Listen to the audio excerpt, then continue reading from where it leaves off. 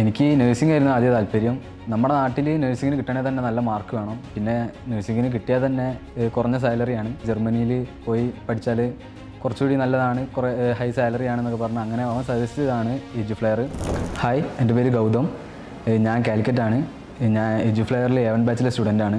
ഞാൻ എഡ്യൂഫ്ലെയറിലേക്ക് വരുമ്പോൾ കുറേ ആൾക്കാർ പറഞ്ഞിരുന്നത് ജർമ്മൻ ലാംഗ്വേജ് ആണ്, ഭയങ്കര ടഫായിരിക്കും, അങ്ങനെ പെട്ടെന്ന് പഠിച്ചെടുക്കാൻ പറ്റുന്നൊരു ലാംഗ്വേജ് ഇല്ല എന്നൊക്കെ പറഞ്ഞു. പക്ഷേ ഇവിടെ വന്ന് ഇപ്പോൾ ക്ലാസ് അറ്റൻഡ് ചെയ്തു. അത്ര ബുദ്ധിമുട്ടുള്ള ലാംഗ്വേജ് അല്ല എന്നാണ് എൻ്റെ ഇതുവരെ ഞാൻ പഠിച്ചതിൽ എനിക്ക് തോന്നിയത്. ഇപ്പോൾ ഇവിടുത്തെ ഫാക്കൽറ്റീസ് ആയാലും നമ്മൾ നല്ല ഫ്രണ്ട്ലി ആയിട്ടാണ് ഇവിടെ ക്ലാസ് എടുക്കുന്നതും.